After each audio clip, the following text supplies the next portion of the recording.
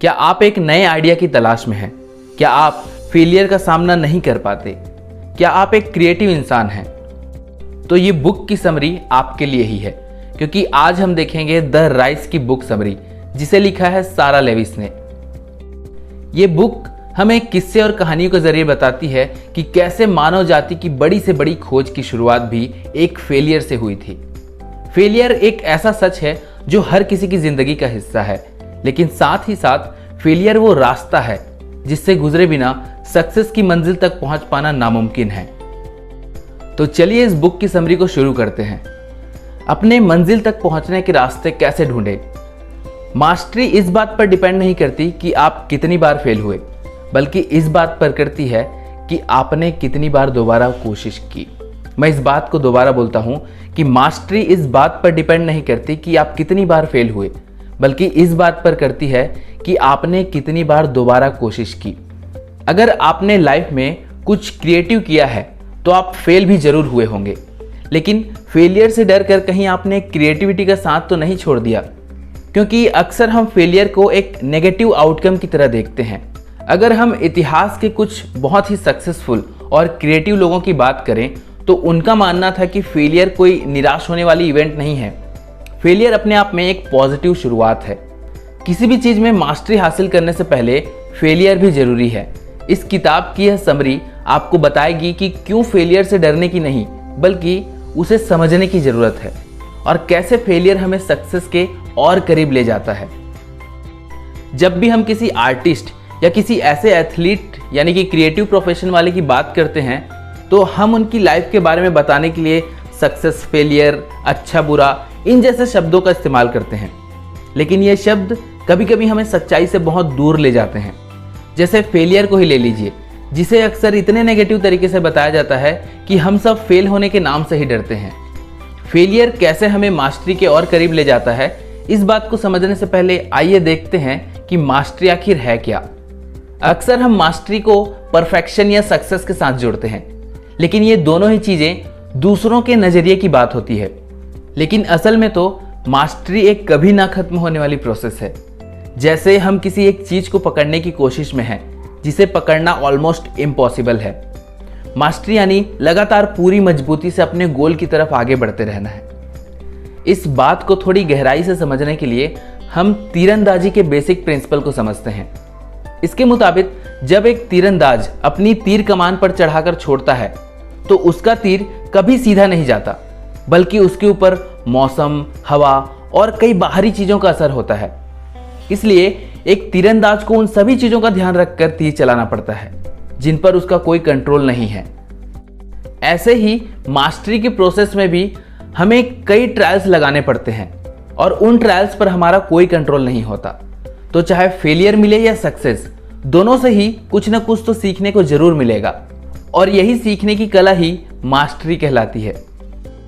यही नहीं, सक्सेस तो हमें सिर्फ सिखाती है, लेकिन फेलियर सिखाने के साथ साथ कई बार मोटिवेशन भी दे जाती है। ज़्यादातर हमने जो पा लिया और हम जो पा सकते हैं उसमें एक बड़ा गैप होता है। क्योंकि हम फेलियर को गलत नज़रिए से देखते हैं, इसलिए कई बार हम अपनी कामयाबी को भी ठीक से नहीं समझ पाते। अक्सर हम थोड़ा सा पाकर खुश हो जाते हैं। फेलियर के रिस्क के कारण अपने सही पोटेंशियल को एक्सप्लोर नहीं कर पाते। इसलिए जो हमने पाया है और जो हमारा पोटेंशियल है, उसके बीच में एक फासला रह जाता है, जिसे राइटर ने द गैप का नाम दिया है। जैसे जाने माने अमेरिकन कवि हार्ट क्रेन की पोइट्री को जब उस समय के महान कवि एजरा ने देखा तो कहा कि उनका काम उनके पोटेंशियल से काफ़ी कम है, वो इससे काफ़ी अच्छा कर सकते हैं। तब हार्ट क्रेन को यह एहसास हुआ कि वो एक गैप में है। अब सवाल ये उठता है कि इस गैप को भरा कैसे जाए।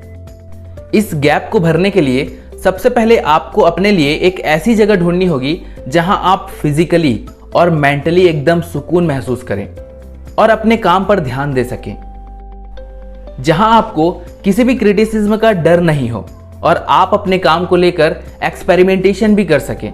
क्योंकि काम की शुरुआत में क्रिटिसिज्म थोड़ा सा खतरनाक होता है। जैसे प्ले राइटर अगस्त विलियम को यह जगह एक रेस्टोरेंट में मिली जहां वो आराम से अपनी क्रिएटिविटी पर काम किया करते थे। सबसे मजेदार बात यह है कि वो अक्सर पेपर नैपकिन पर लिखा करते थे। क्योंकि उन्हें लगता था कि ये बहुत सेफ है, यहाँ इसे कोई नहीं पढ़ पाएगा और अगर कोई गलती हुई भी तो बुराई भी नहीं करेगा। लेकिन अकेले में अपनी क्रिएटिविटी पर काम करना थोड़ा सा खतरनाक भी हो सकता है, क्योंकि जब हम लंबे समय तक आइसोलेशन में रहते हैं तो हम सच से काफ़ी दूर हो जाते हैं और फिर अक्सर हमें लोगों के बीच जाने में और प्रेशर हैंडल करने में डर लगता है। इसलिए अपनी सेफ जगह में उतनी देर ही रहें जब तक आपको कोई आइडिया ना आ जाए। उसके बाद आप खुद को प्रेशर और क्रिटिसिज्म के लिए तैयार रखें।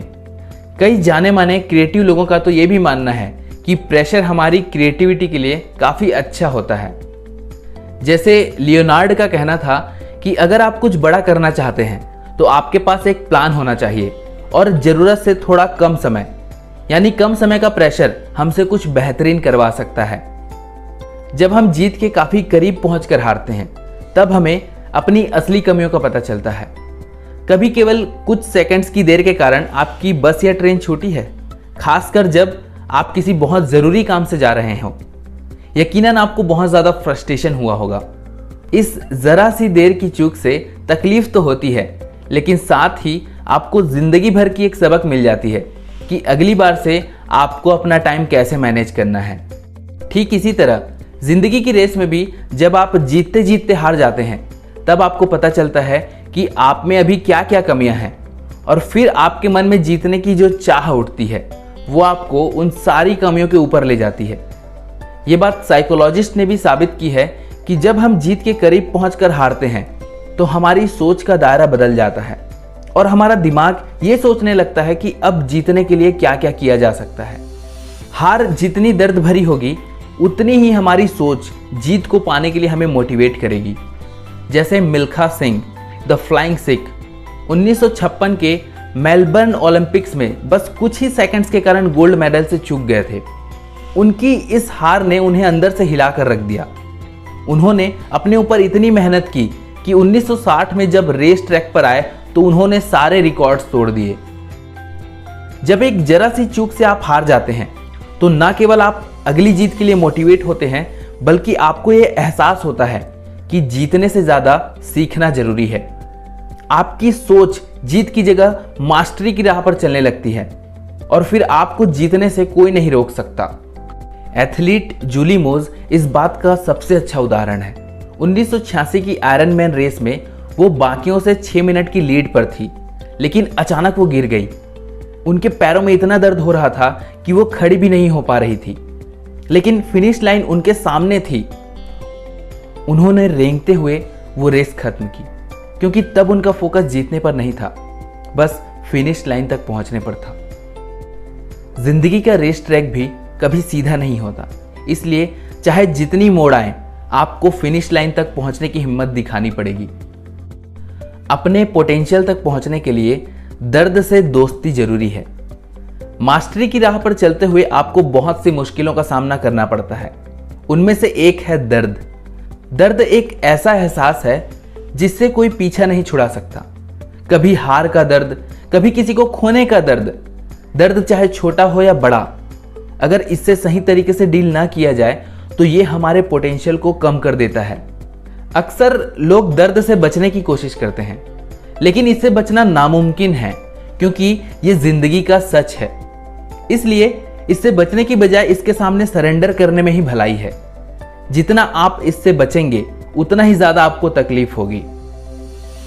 जैसे लेखिका की जिंदगी में दुखों का पहाड़ तब टूट पड़ा जब एक ही साल के अंदर एक एक करके उनके सभी दोस्तों की मौत हो गई। वो काफी सदमे में थी। उनका काम, उनकी सेहत सब बिगड़ रहे थे। एक दिन उन्हें ये एहसास हुआ कि मौत तो एक ऐसा सच है जिसे कोई नहीं बदल सकता। उसके बाद उन्हें जिंदगी के हर पल की कीमत का पता चला। जब आप अपने दर्द को समझ लेते हैं तो आपके लिए उसे भूलकर आगे बढ़ना आसान हो जाता है। अगर हम दर्द से उठने वाली फीलिंग्स और इमोशंस को सही डायरेक्शन देने में कामयाब हो गए तो फिर ये दर्द हमारी कमजोरी की जगह हमारी ताकत बन जाती है। अगर हम इतिहास के पन्ने पलटकर देखें तो हम जान पाएंगे कि महान से महान लोगों के जीवन में भी बहुत से दुख और तकलीफें आई, लेकिन उन सब ने अपनी इच्छा शक्ति के साथ उनका सामना किया। जैसे मार्टिन लीथर किंग जूनियर जो अपने मोटिवेशनल स्पीच के लिए जाने जाते हैं, उन्हें बचपन से हकलाने की प्रॉब्लम थी। एक रिपोर्टर ने उनसे पूछा कि उनकी ये प्रॉब्लम कैसे ठीक हुई, तो उन्होंने कहा कि जब आप मौत के सच से दोस्ती कर लेते हैं तो बाकी सभी चीज़ों से आप आसानी से निपट सकते हैं। दूसरे शब्दों में देखें तो उनका कहना था कि जब उन्होंने जिंदगी के सच को समझ लिया तो उनकी ज़िंदगी को जीने की इच्छा शक्ति बढ़ गई और उनके हकलाने की आदत खुद ब खुद ठीक हो गई। अपनी क्रिएटिविटी को बढ़ाने के लिए ज़रा शौकीन अवतार लीजिए। अगर आप लाइफ में कुछ बड़ा करना चाहते हैं तो खुद को एक्सपेरिमेंट करने दीजिए, वो भी रिजल्ट की चिंता किए बिना। यहाँ शौकीन बनने का मतलब ये है कि आपको अपने आर्ट का शौक है, इसलिए आपके पास एक बिगिनर से तो ज़्यादा अनुभव है, लेकिन आप खुद को किसी भी एक्सपर्ट की कैटेगरी में नहीं रखते। अब आप कहेंगे कि शौकीन होना एक्सपर्ट होने से भी अच्छा कैसे है, तो आइए देखते हैं। एक एक्सपर्ट ये मानकर चलता है कि वो एक्सपर्ट है, उसे सब पता है, इसलिए वो खुद के लिए एक डेली रूटीन सेट कर लेता है, और क्योंकि वो उसी रूटीन को फॉलो करके सफल हुआ है तो वो उन्हीं घिसे पिटे तरीकों से सारी जिंदगी इस्तेमाल करते रहता है। एक एक्सपर्ट अपना काम पैसों और करियर के लिए करता है, इसीलिए वो रिस्क लेने से डरता है। वहीं दूसरी ओर एक शौकीन अपनी खुशी के लिए काम करता है, जिसके कारण वो आसानी से अपने आर्ट के साथ साथ एक्सपेरिमेंट कर सकता है और उसे रिस्क लेने से भी डर नहीं लगता। जब आप बिना किसी प्रेशर के अपनी खुशी के लिए काम करते हैं तब हमेशा ही आप सबसे बेहतर और कुछ नया सोच पाते हैं। मास्टरी की राह पर चलने से पहले सब्र करना सीख लें। सेटबैक और फेलियर को हराकर मास्टरी तक पहुंचने के लिए एक आखिरी गुण जो आप में जरूर होना चाहिए वो है सब्र, यानी पेशेंस। आइए पहले समझते हैं कि सब्र आखिर है क्या और इसका इस्तेमाल कैसे करना चाहिए। सब्र यानी खुद को इतना मजबूत बना लेना कि बार बार हार का सामना करने पर भी हम टूटे ना। हमारी इच्छा शक्ति इतनी बड़ी हो कि हर बार हम अपनी गलतियों से कुछ नया सीखें और खुद को बेहतर और बेहतर बनाते चले जाएं। अपनी जिंदगी में सब्र का गुण लाने के लिए आपको पहले दर्द को एक्सेप्ट करना होगा और हार्ड वर्क के लिए तैयार रहना होगा। एक आर्टिस्ट को अपनी जिंदगी में भी बहुत सी परेशानियों का सामना करना पड़ता है। जरा सोचिए, आपकी वो पेंटिंग जिसे बनाने में आपने जान लगा दी, उसे देखकर लोग उसमें ज़माने भर की कमियां निकाल रहे हैं, तो आपको कैसा महसूस होगा। लेकिन इस क्रिटिसिज्म से निराश होने की बजाय आप इसका इस्तेमाल अपने फ़ायदे के लिए भी कर सकते हैं। यानी अपने क्रिटिक का हर पॉइंट नोट करें, उसमें से जो आपको अपने लिए बेहतर लगता है उस पर काम करें, खुद में सुधार लाएं और बाकियों को भूल जाएं। यही सब्र की सही पहचान है। आयोवा यूनिवर्सिटी के वर्ल्ड फेमस राइटिंग प्रोग्राम में एक बहुत दिलचस्प बात सामने आई कि दुनिया के महान राइटर वो बने जिन्होंने बिना रुके प्रयास किया, वो नहीं जिनके अंदर नेचुरल टैलेंट था। इसलिए फेलियर को अपनाएं, क्योंकि ये उस आग की तरह है जो आपको तपाकर खरा सोना बना देगा।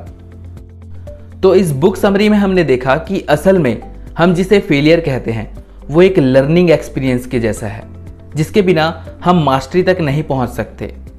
एक बार आप फेलियर को इस तरह से देखने लगते हैं तो आप अपने सभी सेटबैक को मोटिवेशन के रूप में देखने लगेंगे, क्योंकि अगर आपको कुछ ज़्यादा पाना है तो आपको कुछ ज़्यादा कोशिश भी करनी होगी।